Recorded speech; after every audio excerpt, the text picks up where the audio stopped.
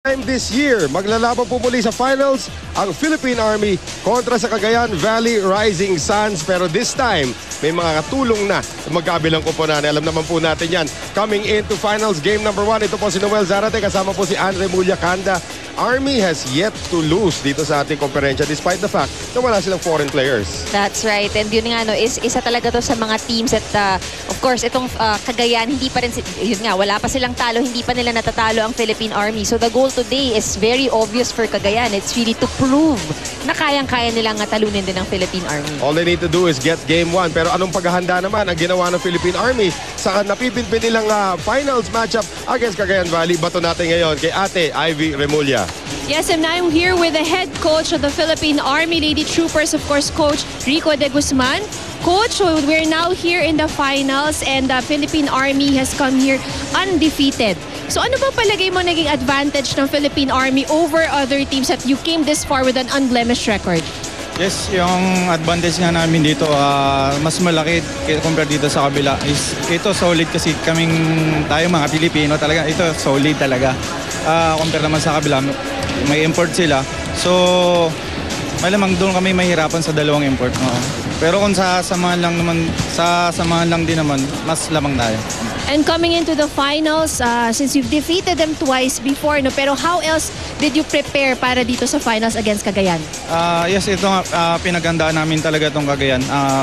During practice namin is wala kaming ginagawa kundi paano namin may establish yung blocking nitong dalawang import nila, and kailangan lang magtuloy-tuloy yung depensa namin kasi malakas din ang depensa nitong Cagayan, so kailangan sumabay kami doon, and kailangan patibayan na lang din sa unang receive ng bola. So yun din ang kailangan namin, kailangan magtuloy-tuloy din yung first receive kasi yun ang importante para maka-play kami ng maayos sa kanila.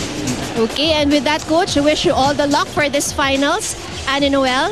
Thank you very much, Ivy Remulla, of course, with Sergeant Rico De Guzman, head coach of the Philippine Army. Ngayon, itong kupunan ng Philippine Army, wala pang talo. And nasasabi nga, all streaks come to an end. Unless, of course, Cagayan Valley, pangalan mo last year, di ba? 16 straight yun eh. Pero ito nga, kupunan ng Philippine Army, ayaw na nila magalusan yung kanilang unblemished record dito. Meron din naman silang import eh. Hindi nga ng taga-ibang bansa. We're talking about Dindin Santiago at ito si Mina Aganon na nakuha nila from the National University.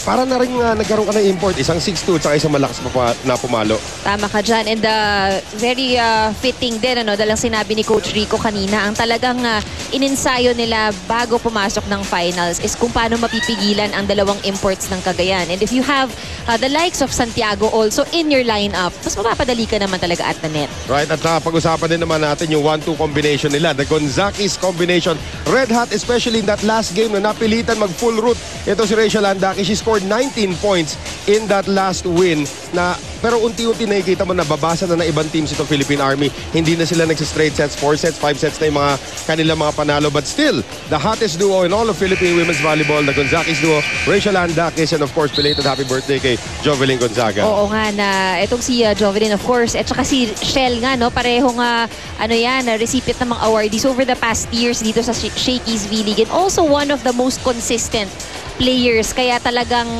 I guess, kung ikaw yung nasa team ng Philippine Army, that's why they're always consistently part of the team as well. Well, of course, yung X-Factor, pag-usapan naman natin para din sa kupunan ng Lady Troopers. We are looking at the veteran Joanne Bunag. Multiple positions po ang nalalaro ni Joanne Bunag. In fact, she has dislodged Rachel Andakis sa starting lineup already. Tama ka dyan. Itong si Bunag, actually, I've seen her play during her college days, and talagang very versatile yan. Can play any position. And I think at this point, what she brings to the table is that yung ibang teams na pag-aralan na rin si Shell. So ngayon, with the addition of Bunag there, at yun nga, ang lalim din ng bangko nila, daming pagkukuha ng players, it adds a little bit of dimension in how the Philippine Army plays. Nangurot na naman si Rachel Andakis just now. Now, we talk about Cagayan Valley. Of course, last year, 16-0 ang kanilang record with 2 Thai imports. This year, they have 2 Thai imports. Not an unblemished record, pero ano kaya paghahanda naman na ginawa ni Coach Nes Pamilar? Alamin natin ngayon kay Ivy Remulla.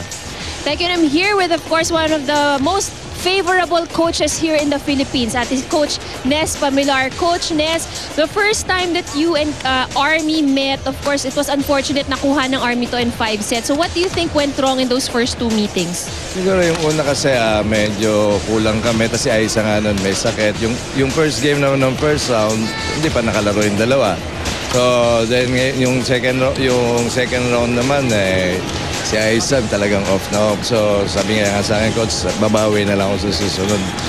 Okay, and ngayon na nasa finals na tayo, coach, or you're facing again the Philippine Army. Ano naman ang ginawang paghahanda ng Cagayan para this time around makuha na ang pagkapanalo sa kanila? So siguro sabi ko nga sa kanya, gawin natin yung maganda, lakasan natin ang service, maganda yung service. So once na wala silang naging reception na maganda, so madali tayo yung blocking natin, madali natin makukuha sa open. Kasi nagkaroon kami ng problema nung last sa center attack nila. So siguro ngayon kung magagawa namin, mas makukuha siguro namin ngayon. Okay, and I wish you all the luck, coach, for this final season. Back to you, Ana Noel. Well, of course, they are looking for the upset. Itong koponan ng Cagayan Valley Rising Suns. At sinasabi nga nila yung center attacker daw ng Army. Nahirapan sila. They do have one of the best center attackers in all of Southeast Asia. Yeah. Nandyan si Amporn Hiapa. Kasama na rin ang dating captain ng Thai national team na si Pachari Sangmuang. So itong dalawa pa lamang, loaded na sila in terms of offense. That's right. And yun nga, no, kaya naman pati yung Philippine Army talagang very focused on identifying ways on how they can stop itong dekalibreng imports ng Cagayan Valley. Well, of course, pinag-uusapan nga natin yung dalawang import nila. Medyo advancing in age already itong dalawa. Not as powerful as they used to be, but still, Amporn and itong si Pachari Sangmuang still bring a lot to the table para dito sa koponan ng Cagayan Valley. And this is their best chance na makakuha ng kampyonato kontra dito sa Philippine Army. But they also need to rely on their locals. At pagdating po doon, sasandalan ulit nila yung kanilang old reliables, yung dynamic duo from UST. Itong si Aiza Maizo Pontillas at itong si Kapitana Angueta Baquero. And itong si Pontillas talaga naman nakita rin natin, no, if you've really followed the games dito sa Shakey's V-League, tuwing kailangan ng puntos ng Cagayan Valley at ibigay mo yan kay Pontillas, easily it will be a point. So very high percentage and high performer itong si Pontillas. Now, pinag-usapan natin dito yung mga opensa nila, no?